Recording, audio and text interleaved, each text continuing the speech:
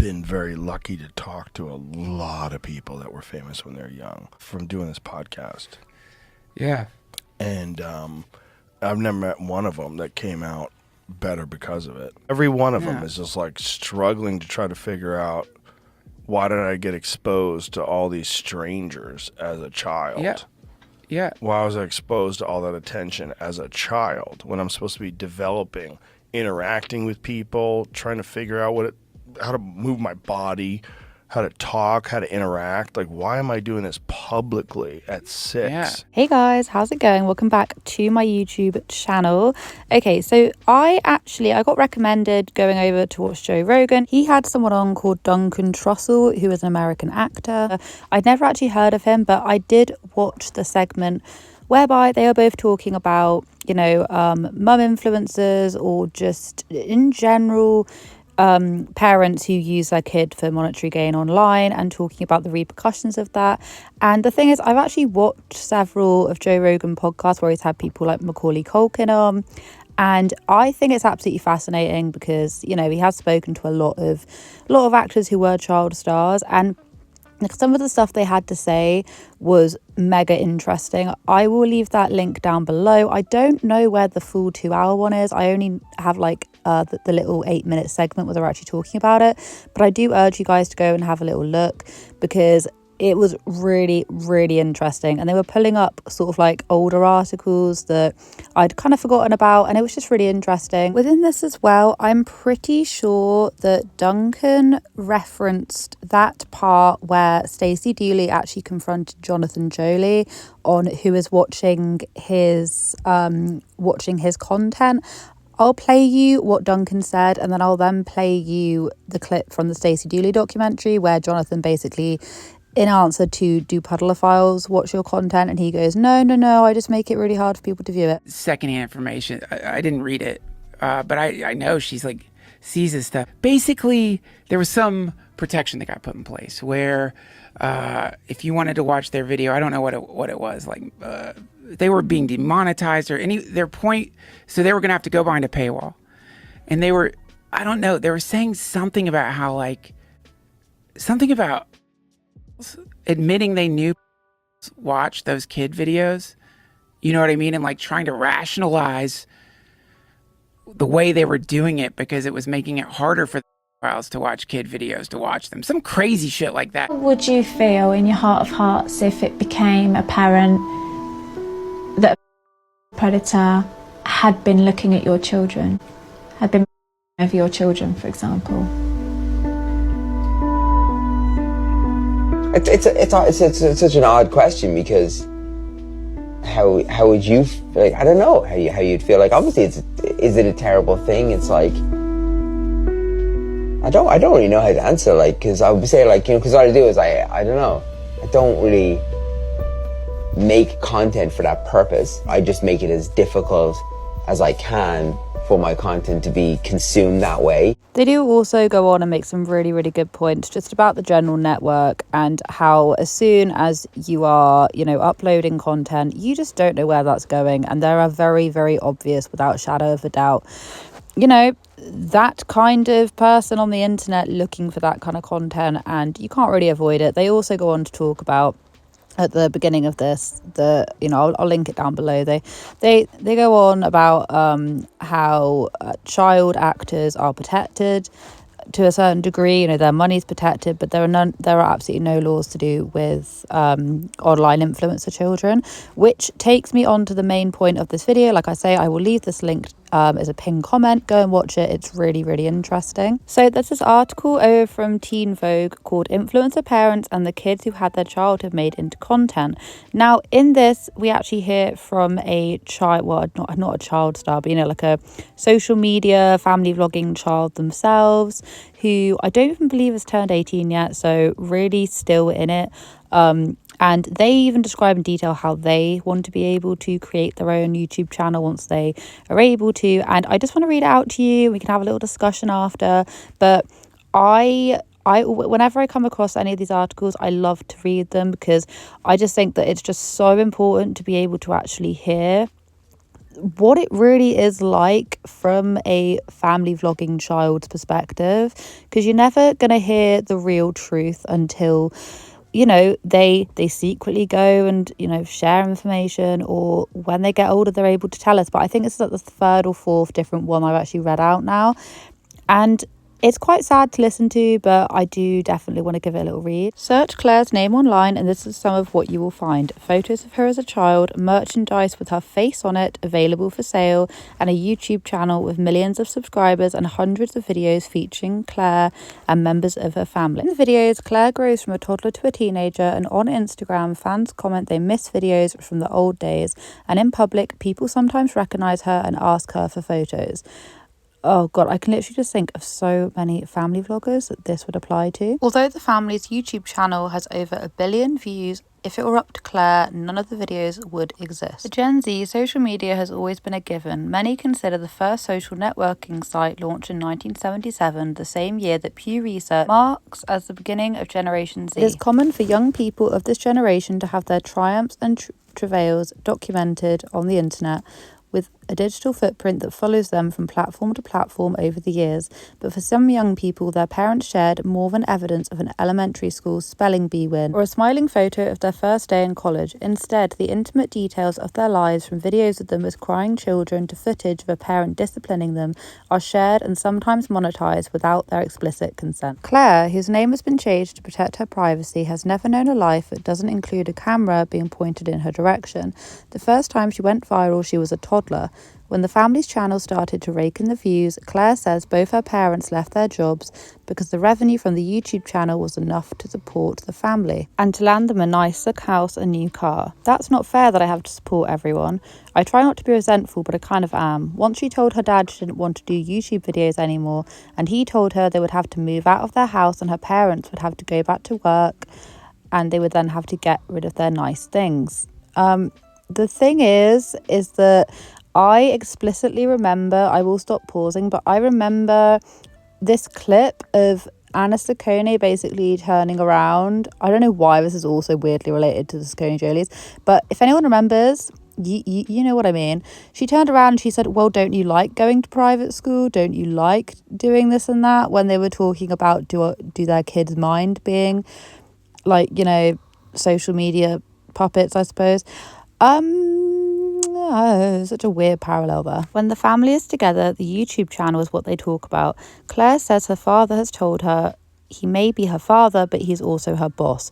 It is a lot of pressure, she said. When Claire turns 18 and can move out on her own, she is considering going no contact with her parents. Once she doesn't live with them anymore, she plans to speak out publicly about being the star of a YouTube channel. She'll even use her real name. Claire wants people to know how her childhood was overshadowed by social media stardom that she didn't choose, and she wants her parents to know nothing they do now is going to take back the years of work I had to put in. Though Claire's parents tell her they're saving part of the money for her college, she doesn't know how much, and there is no law protecting the earnings of children who are influencers. The lack of labour laws for child influencers is an example of the law lagging behind the culture.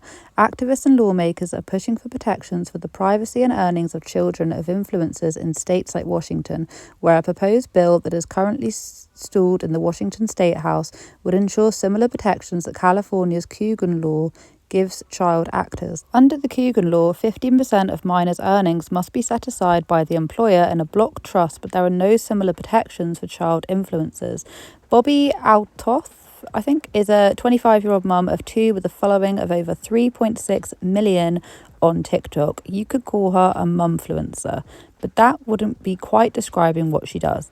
She posts earnest reflections on motherhood, yes, but much of her content is satirical, poking fun at the trends at the moment through purposefully awkward performances with her husband. The stark difference between Altoff and many other mum influencers, you won't see her children on her page. She refers to her daughters as Richard and Concrete and takes care to hide their identities by editing their videos to make sure no one is saying their actual names in the background. But it wasn't always like this. With her oldest daughter Richard, who is 2 years old, she used to post everything. Among her deleted posts, Richard's actual name, her date of birth, her hospital, etc., etc. Now, I do think this is actually quite important because at the minute we have seen a lot of people saying that they're not going to show their kids, and some manage to succeed in this really quite well. And I do think it is possible to be a mummy vlogger and just not really show your kids. Don't give away that much information. Don't really show your kids. Don't film them all the time.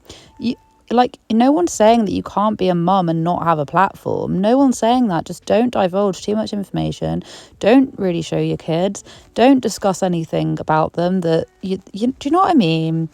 And I think it definitely can be done. And I will never shame someone who decides to suddenly take their kids offline after learning, after being like, yeah, I made a really big mistake. It's just the people that just put their head in the sand, like Jonathan Jolie that we saw earlier. But a little over a year ago, the mum made a split-second decision based on maternal instinct. She had posted a satirical video about how Richard was a genius who had learned to speak at 6 months old, and the comments came flooding in. People called Richard ugly and stupid, and the mum was frustrated. What would happen when Richard grew up and could read these comments? I have a hard time reading these comments about myself, and I'm an adult who chooses to put myself on the internet.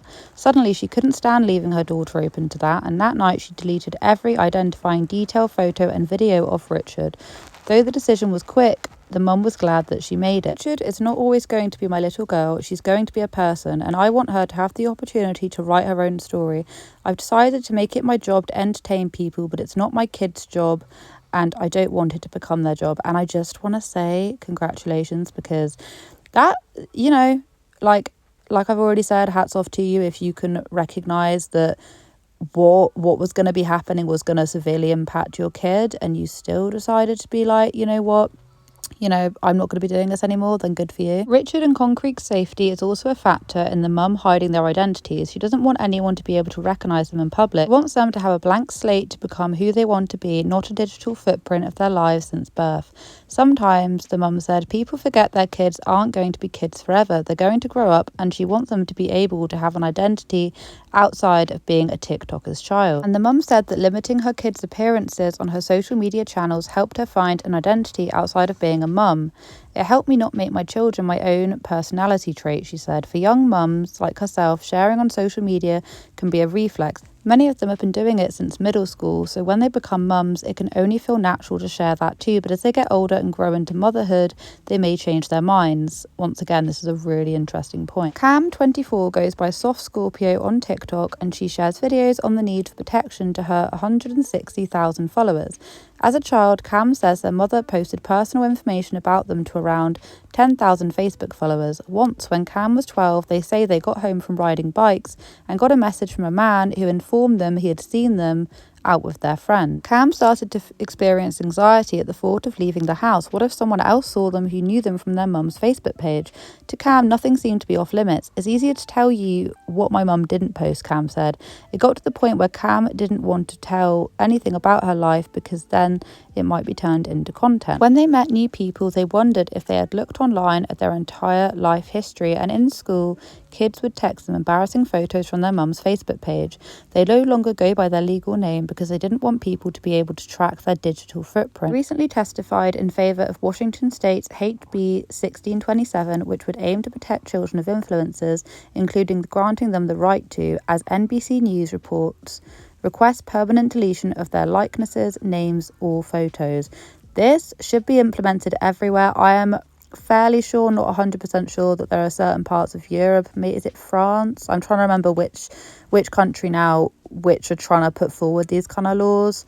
One country is actually quite far ahead, and I'm trying to remember which one it is, so if anyone can remember, please give me a little shout. In their video testimony, Cam's voice cracked with emotion as they implored the House members to pass the bill. I plead with you to be the voice for this generation of children, because I know firsthand what it's like to not have a choice in which a digital footprint you didn't create follows you around for the rest of your adult life. Tide is starting to change. From an account called Mum Uncharted, Sarah has amassed over 208,000 followers, with her account dedicated to exploring generation shared and calling out child exploitation on social media. When Sarah became a mum herself, she started following mum blogs and mum influencers to chart a map through the haze of early motherhood.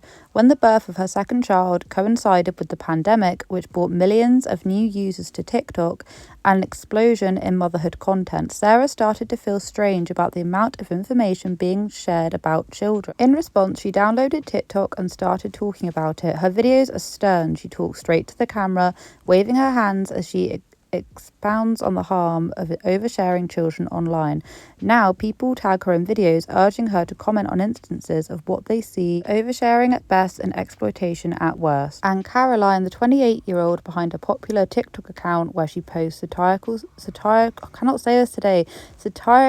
skits, found herself dropping the comedic tone when the child of a family vlogger sent her a letter and asked Caroline to share it with her 2.3 million followers. Yeah, I actually did a video about this. It was titled probably something quite similar to this video. I'll leave it linked down below, where this woman called Caroline was basically a child reached out to her and said, please can you share my message? I'm a child of a family vlogging family channel.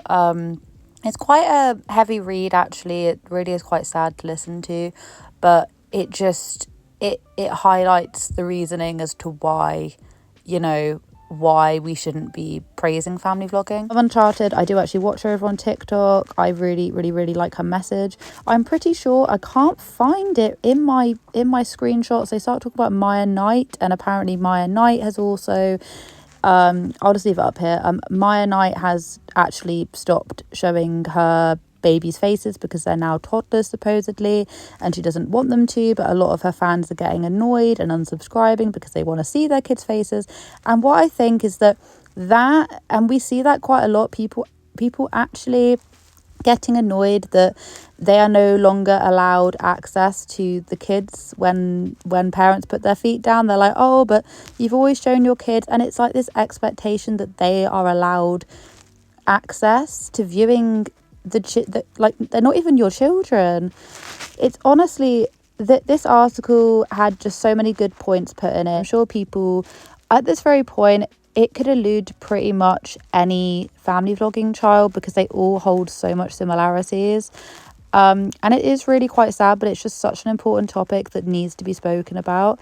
And if you obviously subscribe to this channel, then you know that as well. We like to talk about exploitation of children quite a lot over here. We also like to talk about just the shenanigans that goes down within family vlogging, you know, all of the different things that go into it. But most importantly, we do like to talk about how children shouldn't be put at this capacity on the internet. And the more bigger channels start talking about it and start tackling it, the greater it will be for, you know, governments to start listening and for just the general population to really, because you'd be quite surprised the amount of people that I speak to on a regular basis who actually ask me, so what do you do your YouTube commentary on? I talk about it and I say, you know, the exploitation of family vloggers, or I just talk about mummy vloggers and family vloggers and the drama that happens within them. But there is an overriding theme. And a lot of them have no idea what a family vlogger even is, and then I have to try and explain it. And they look at me like I'm mad. They're like, people actually do that? I'm like, yes, people actually make money off of their children from the minute they're born. It happens. And a lot of people just don't realise it. And that's why you've really got to talk about it. Anyway, thank you so much for watching. I'm so sorry it's been a bit of a long one, but I just really had to get this one out to you. It massively interests me. I hope you guys, that is my dog snoring. If you've been listening to him, I'm so sorry. Have a wonderful day wherever you are in this world. Take care of each other. Take care of yourselves. And I will catch up with you guys in the next video.